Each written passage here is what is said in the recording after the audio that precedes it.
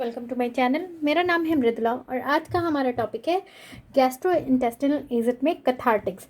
Cathartics जो है वो ड्रग्स है जो कि डिफेकेशन कॉज करते हैं, यानी कि जो फीसेस होती है, जो वेस्ट मटेरियल होता है उसको बॉडी से बाहर डिस्चार्ज करने में हेल्प करती है। और ये उस केस पे होता है जब किसी पर्सन को कॉन्स्टिपेशन होता है। कॉन्स्टिपेशन आपको क्या होता है कि जो फेसेस होते हैं, जो वेस्ट मटेरियल होता है वो इंटेस्टाइन से आपका एग्जिट नहीं कर पाता है, मतलब उसमें डिफ़िकल्टी होती है, तो उस कंडीशन को हम कॉन्स्टिपेशन कहते हैं।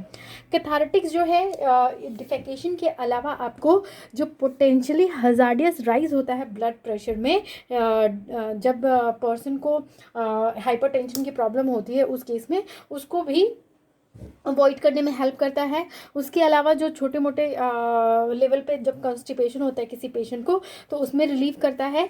वो जो भी सॉलिड मटेरियल होता है इंटेस्टिनल ट्रैक्ट में, यानी कि लार्ज इंटेस्टाइन में, आपको उसको जो है रोंटो जेनोग्राफिक स्टडी से पहले उसको रिमूव करने में हेल्प करता है। जो हर्नियाज के पेशेंट होते हैं, जिन पेशेंट को हर्नियाज होती है, उनमें आपको एक्सेसिव स्ट्रेनिंग और कॉन्फिडेंस इंक्रीज के लिए एब्डोमिनल प्रेशर में यूज़ होता है। डिफिकेशन की मैकेनिज्म जो है, तो बेसिकली जो स्मॉल इंटेस्टाइन है उसमें आपका मूवमेंट होता है पेरिस्टाल्सिस, मतलब कि जो इंटेस्टाइन है वो आपको सिकुड़ती है फिर रिलैक्स करती है, तो ये पेरिस्टाल्सिस मूवमेंट कहलाता है। तो इसकी वजह से डिफिकेशन होता है। ये जो पेरिस्टाल्सिस वेव होती है वो आपको बॉबल को स्टिमुलेट करती है और भी कंटेंट प्रेजेंट है उसको रिलीज करने में हेल्प करती है। पेरिस्टाल्टिक जो ये मोशन है ये नॉर्मली आपको दिन में 3 से 4 बार होता है। अगर इस चीज़ को हम इग्नोर मारते हैं तो उस टाइम पे हमारा कॉन्स्टिपेशन की प्रॉब्लम अराइज होती है। कॉन्स्टिपेशन जो है और भी अदर फैक्टर की वजह से हो सकता है, जैसे कि अगर इंटेस्टाइन बहुत वीक हो, इंटेस्टिनल स्पास्म यानी कि दर्द हो रहा हो, इंजरी हो, या किसी तरह का कोई ड्रग लिया हो, या फिर डाइट में कुछ उल्टा सीधा हो जाता है, तब भी कॉन्स्टिपेशन की प्रॉब्लम होती है। कॉन्स्टिपेशन में फीकल मटेरियल जो होता है वो काफ़ी ड्राई हो जाता है और हार्ड हो जाता है, जिसकी वजह से उसको रिलीज़ करना बॉडी से डिफ़िकल्ट हो जाता है और पर्सन को काफ़ी प्रॉब्लम होती है। जो मैकेनिज्म है कि कैथार्टिक्स अब कैसे इसको इस डिफिकेशन को कॉज करता है, तो कैथार्टिक्स जो है वो आपको 4 डिफरेंट मैकेनिज्म से इस चीज़ को रेगुलेट करता है। या तो वो स्टिमुलेंट की तरह एक्ट करता है, यानी कि वो आपको इंटेस्टिनल ट्रैक में लोकल इरिटेशन कॉज करता है, जिसकी वजह से पेरिस्टाल्सिस एक्टिविटी जो है वो इंक्रीज हो जाती है और इस तरह से आपको डिफिकेशन में हेल्प हो जाती है। इसके लिए जो ड्रग है वो है सेना, रुबाब, कैस्करा, ये सब आपको स्टिमुलेंट की तरह काम करके कॉन्स्टिपेशन में रिलीफ प्रोवाइड करते हैं।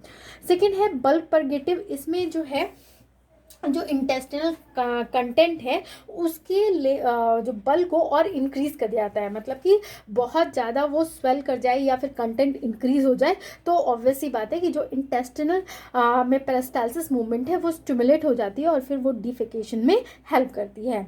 जो बल्क परगेटिव है ये या तो सेलुलोज या फिर नॉन डाइजेस्टिबल टाइप मटेरियल्स होता है, जो कि टाइम में स्वेल कर जाता है जब वो गीला होता है, और जिससे कि बल्क जो है वो काफ़ी इंक्रीज हो जाती है और वो फिर पेरिस्टाल्सिस मूवमेंट को स्टिमुलेट कर देता है। इसमें आपका एग्जांपल हो गया मिथाइल सेलुलोज या सोडियम CMC या फिर गम एक्सेट्रा हम यूज़ करते हैं। थर्ड है आपको लुब्रिकेंट की तरह काम करता है। तो इसमें जो इंटेस्टाइन का कंटेंट है, चूँकि वो हार्ड हो जाता है क्योंकि उसमें से जो वाटर है वो बॉडी में एब्जॉर्ब हो चुकी होती है, जिसकी वजह से वो बॉबल में ईजिली मूव नहीं करता है। ठीक है, तो ये आपको क्या करता है, लुब्रिकेशन, मतलब उसके आउटर सरफेस को थोड़ा सा स्मूथ बना देता है, जिसकी वजह से ये जो आपका डिफिकेशन है वो ईजिली हो जाता है। इसमें हम बेसिकली लिक्विड पैराफिन, ग्लिसरीन या फिर मिनरल ऑयल यूज़ करते हैं। फोर्थ है आपका सलाइन कैथार्टिक्स। जो सलाइन कैथार्टिक्स होते हैं ये आपको जो ऑस्मोटिक लोड होता है इंटेस्टाइन का उसको इंक्रीज कर देते हैं। और वो कैसे इंक्रीज करते हैं, तो जो वाटर कंटेंट होती है उसको काफ़ी हद तक अपने आप में एब्जॉर्व करके, जिसकी वजह से पेरिस्टाल्सिस जो है वो स्टिमुलेट हो जाती है। ये वाटर सॉल्युबल जो आपको कैथार्टिक्स यूज़ किए जाते हैं वो मेनली आपको इनऑर्गेनिक केमिकल्स होते हैं जो कि बहुत सारे पानी के साथ लिया जाता है, जिसकी वजह से जो बॉडी फ्लूइड में एक्सेसिव लॉस होता है उसको हम प्रिवेंट कर सकते हैं और आपको नोज़िया और वॉमिटिंग जैसी फीलिंग नहीं आएगी जब हम ये सेलाइन कैथार्टिक्स बहुत सारे वाटर के साथ लेंगे। ये आपको या तो ओरल रूट से दी जाती है सस्पेंशन या पाउडर के फॉर्म में, या फिर रेक्टल रूट से दी जाती है एनिमा या सपोजिटरी के फॉर्म में। कैथार्टिक ड्रग्स के बारे में बात करेंगे। पहला है आपका मैग्नीशियम सल्फेट। मैग्नीशियम सल्फेट का मॉलिकुलर फॉर्मूला है MgSO4 7H2O। मॉलिकुलर वेट जो है वो 246.5 है। ठीक है, अब देखते हैं कि हम मैग्नीशियम सल्फेट को कैसे प्रिपेयर कर सकते हैं। तो जब हम डाइल्यूट सल्फ्यूरिक एसिड को मैग्नीशियम कार्बोनेट या फिर मैग्नीशियम ऑक्साइड के साथ ट्रीट करते हैं, या फिर नेटिव कोई कार्बोनेट है उसके साथ ट्रीट करते हैं, तो हमें मैग्नीशियम सल्फेट मिलता है। यानी कि आपका magnesium carbonate plus sulphuric acid जो है वो आपको मैग्नीशियम सल्फेट देता है। उसके बाद हम क्या करते हैं कि जब मिक्स करने के बाद हम सॉल्यूशन को फिल्टर कर लेते हैं, और जब फिल्ट्रेट को इवोपरेट करते हैं तो उसके बाद क्रिस्टलाइजेशन प्रोसेस फॉलो करते हैं, और उसके बाद हमें क्रिस्टल मिल जाता है मैग्नीशियम सल्फेट। और सेकेंड मेथड में हम इसको लार्ज क्वान्टिटीज़ में भी मैग्नीशियम सल्फेट को बना सकते हैं मैग्नीशियम सॉल्ट से, जो कि आपको ब्राइन में अकर करता है और ये आपको ब्रोमीन के एक्सट्रैक्शन के लिए यूज़ होता है। तो इसमें हम क्या करते हैं कि मैग्नीशियम सॉल्ट का जो लिक्वेयर होता है, जो जब उसमें से ब्रोमीन हटा दिया जाता है तो उसके बाद हम उसको ट्रीट करते हैं मिल्क ऑफ लाइम से, और उसके बाद जो प्रेसिपिटेट आपको फॉर्म होता है वो आपको मैग्नीशियम सॉल्ट होता है मैग्नीशियम हाइड्रोक्साइड के फॉर्म में। फिर हम उस सस्पेंशन के थ्रू सल्फर डाइऑक्साइड और एयर को पास कराते हैं, यानी कि आपका मैग्नीशियम हाइड्रोक्साइड जो है वो सल्फर डाइऑक्साइड और ऑक्सीजन के साथ रिएक्ट करके आपको मैग्नीशियम सल्फेट देता है। और उसके बाद हम क्रिस्टलाइजेशन करते हैं और हमें फिर आपको मैग्नीशियम सल्फेट का क्रिस्टल मिल जाता है। मैग्नीशियम सल्फेट की अब हम प्रॉपर्टी देखते हैं। तो बेसिकली ये आपको कलरलेस क्रिस्टल्स होते हैं जो कि कूल काफ़ी ठंडे होते हैं, और इनमें सलाइन बिटर टेस्ट प्रेजेंट होता है। ये आपको वाटर में सॉल्युबल होते हैं और अल्कोहल में आपको स्पैरली मतलब थोड़े बहुत सॉल्युबल होते हैं। जब इनको हीट किया जाता है तो ये अपने अंदर के वाटर को क्या करते हैं कि लॉस कर देते हैं, और फिर वो मोनोहाइड्रेट यानी कि वाइट पाउडर में कन्वर्ट हो जाते हैं आपको 200 डिग्री सेल्सियस पे। यूजेस की बात करें तो ये आपको मैग्नीशियम डिफिशियंसी के लिए यूज़ होता है। ये सलाइन लैक्सेटिव की तरह काम करता है और इसमें कुछ एंटी कन्वल्सेंट प्रॉपर्टीज़ भी प्रेजेंट होती है। ये आपको सीजर्स को कंट्रोल करने में यूज़ होता है एक्यूट यूरेमिया में। यूरेमिया एक ऐसी कंडीशन है जिसमें कि रीनल फंक्शन जो है वो फेल हो जाता है।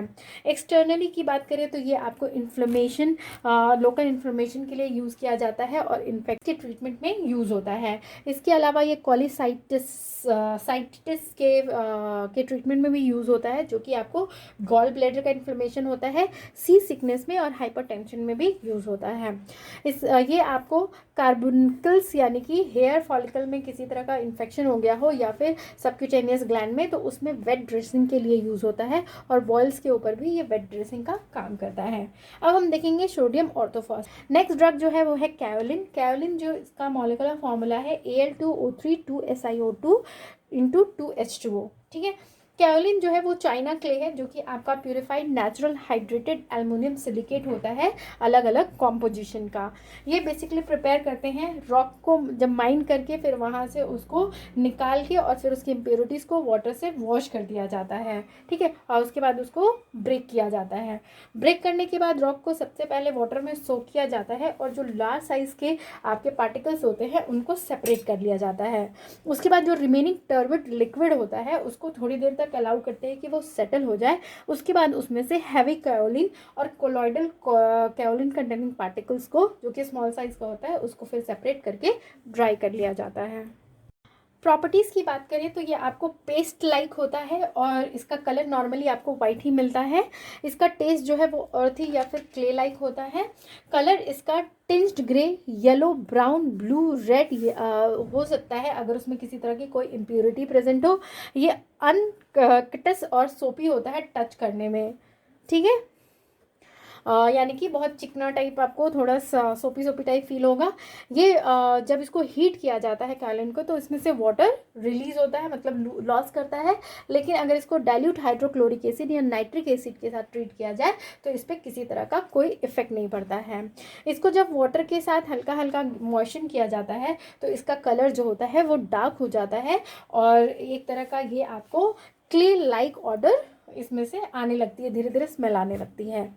यूजेस की बात करें तो ये आपको एड्जॉर्बेंट के फॉर्म में और एंटी डायरियल एजेंट के रूप में यूज़ होता है।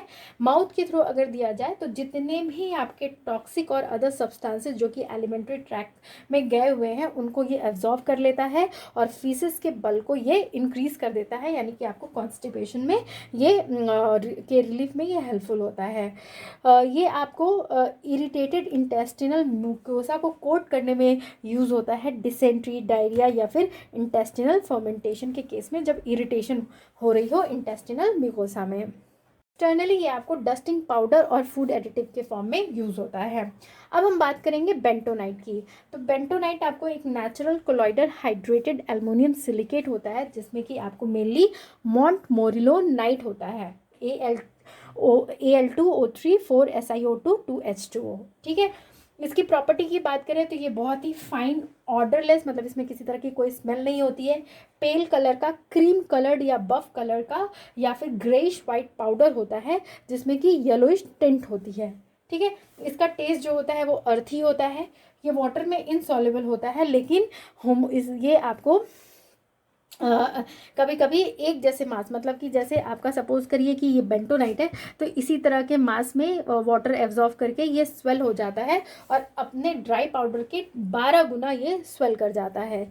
ये इनसॉल्युबल होता है आपको ऑर्गेनिक सॉल्वेंट में, और जब इसको सोक किया जाए तो वहाँ पे ये बिल्कुल भी एब्जॉर्ब नहीं करता है। ठीक है, यूजेस की बात करें तो बेंटोनाइट जो है वो फार्मास्यूटिकल एड यानी सस्पेंडिंग एजेंट के रूप में यूज़ होता है। ये वाटर एब्जॉर्ब करके जेल का फॉर्मेशन करता है। ये स्टेबलाइजिंग एजेंट के फॉर्म में यूज़ होता है, और उसके अलावा ये एड्जॉर्बेंट या फिर क्लैरिफाइंग एजेंट के रूप में यूज़ होता है। तो ये था अबाउट आपका कैथारेटिक्स। अगर आपको मेरा ये वीडियो पसंद आए तो प्लीज़ इसे लाइक, शेयर और कमेंट करें। Thank you for watching.